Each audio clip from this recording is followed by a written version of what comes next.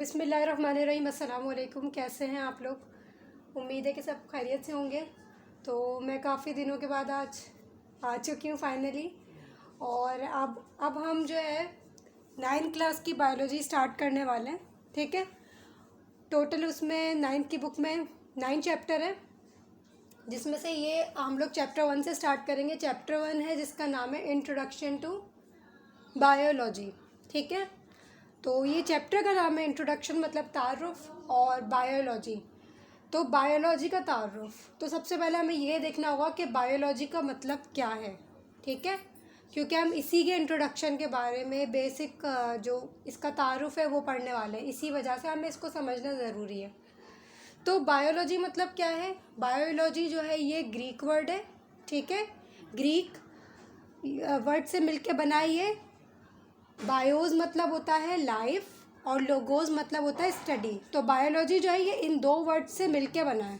तो बायोलॉजी का क्या मतलब हो गया बच्चों? Study of life.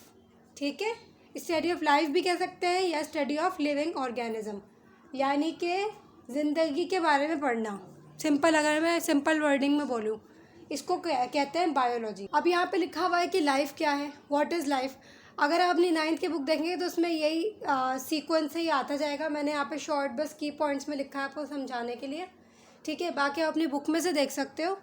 तो व्हाट इज़ लाइफ, लाइफ क्या है? ठीक है, अब ज़िंदगी क्या है? ज़िंदगी को डिफ़ाइन करना, उसके बारे में बता पाना बहुत मुश्किल है। ठीक है, साइंटिफिकली क्या है ज़िंदगी, किस तरह से हम लाइफ को डिफ़ाइन करते हैं। लाइफ को जब हम डिफ़ाइन करते हैं तो हम इस तरह से कह देते हैं कि लाइफ जो है ये किस पर मुश्तमिल है? सेल पे। ठीक है, सेल क्या है? ये लाइफ का स्ट्रक्चर भी बनाता है और फंक्शन भी परफॉर्म करता है, यानी स्ट्रक्चरल और फंक्शनल यूनिट है लाइफ का।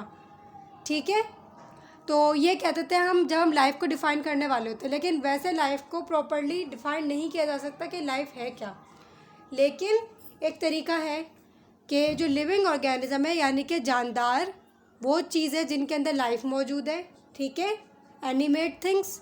ठीक है, और नॉन लिविंग कौन होते हैं? जो अपने अंदर ज़िंदगी नहीं रखते हैं, या डेड वो होते हैं जिनके अंदर लिविंग लाइफ एक बार आई होती है और लाइफ आके उनमें से गुजर के जा चुकी होती है, तो वो डेड हो जाते हैं। ठीक है, तो ये थोड़ा बहुत बेसिक सा डिफरेंस है आपके हिसाब से। ठीक है, लाइफ की तो हम लाइफ को किस तरह पहचान सकते हैं?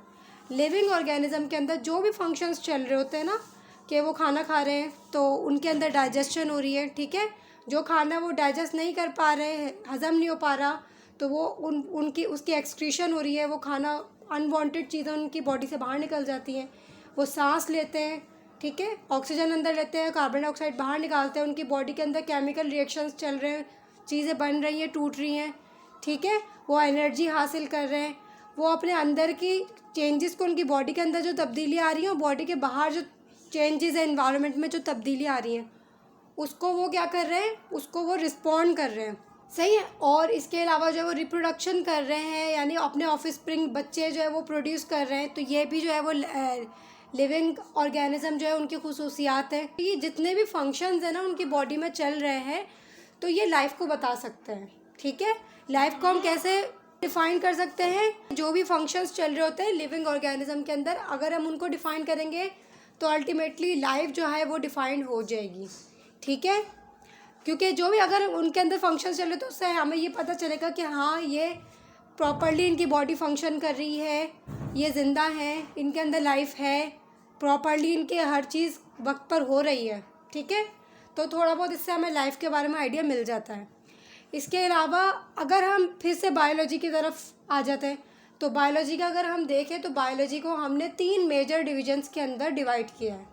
सही है, ये इसकी मेजर डिविजन्स है: जूलॉजी, बॉटनी, माइक्रोबायोलॉजी। ठीक है, जूलॉजी ये भी एक ग्रीक वर्ड है, ग्रीक वर्ड से मिलके बना है। ग्रीक में जून का मतलब होता है एनिमल्स और लॉजी मतलब होता है स्टडी। तो जूलॉजी मतलब क्या हुआ फिर? Study of animals. ठीक है, तो जूलॉजी के अंदर हम एनिमल्स की स्टडी करते हैं। इसी तरीके से बॉटनी, ग्रीक में बोटैन का मतलब होता है प्लांट्स। ठीक है, यानी पौधे। बॉटनी का मतलब क्या हो जाएगा? Study of plants. ठीक है, यानी प्लांट्स की स्टडी।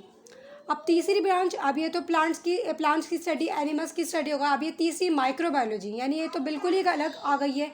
इसमें तो हमने एनिमल और प्लांट्स को पढ़ लिया। अब हम ऐसा क्या अनोखा पढ़ने वाले हैं? तो माइक्रोबायोलॉजी में, अब माइक्रो का क्या मतलब है, ये भी ग्रीक वर्ड से मिलकर बना है। बायोलॉजी का मतलब आप जानते हो स्टडी ऑफ लाइफ, और माइक्रो मतलब क्या है, स्मॉल। ठीक है, तो अब इसके अंदर हम, तो माइक्रोबायोलॉजी के अंदर हम उस लाइफ की स्टडी करते हैं जो छोटी है, यानी स्मॉल है। यानी एक ऐसी लाइफ जो कि इतनी ज़्यादा छोटी है कि उसको हम माइक्रोस्कोप की मदद के बगैर नहीं देख सकते। ठीक है, खुद भी नहीं माइक्रोस्कोप, तो वो हमें चाहिए होती है ताकि उससे हम फिर इन माइक्रोस्कोपिक ऑर्गेनिज़म्स को, छोटे छोटे जो ऑर्गेनिज़म है जैसे बैक्टीरिया, वायरसेस वगैरह, उनको हम देख सकें। ठीक है, तो उसके लिए हमें जिस फील्ड को पढ़ना पड़ेगा उसका नाम है माइक्रोबायोलॉजी। तो ये 3 मेजर डिविजन्स हो गई बायोलॉजी की, जूलॉजी, बॉटनी और माइक्रोबायोलॉजी। तो यहाँ पर हमारा बेसिक सा इंट्रोडक्शन था, ये इंट्रोडक्शन टू बायोलॉजी चैप्टर 1 का। ठीक है, ये हमने थोड़ा सा कवर किया है, और इंशाल्लाह इसी तरीके से मैं थोड़े थोड़े टॉपिक लेके चलूँगी, उसको कवर कर दूँगी बहुत जल्दी।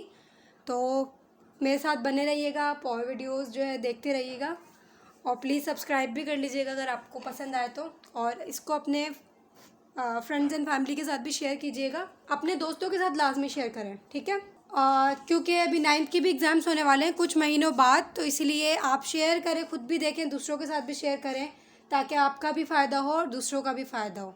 ठीक है, तो फिर मैं आपसे अब मिलती हूँ अपनी नेक्स्ट वीडियो के साथ। तब तक के लिए टेक केयर, अल्लाह हाफ़िज़।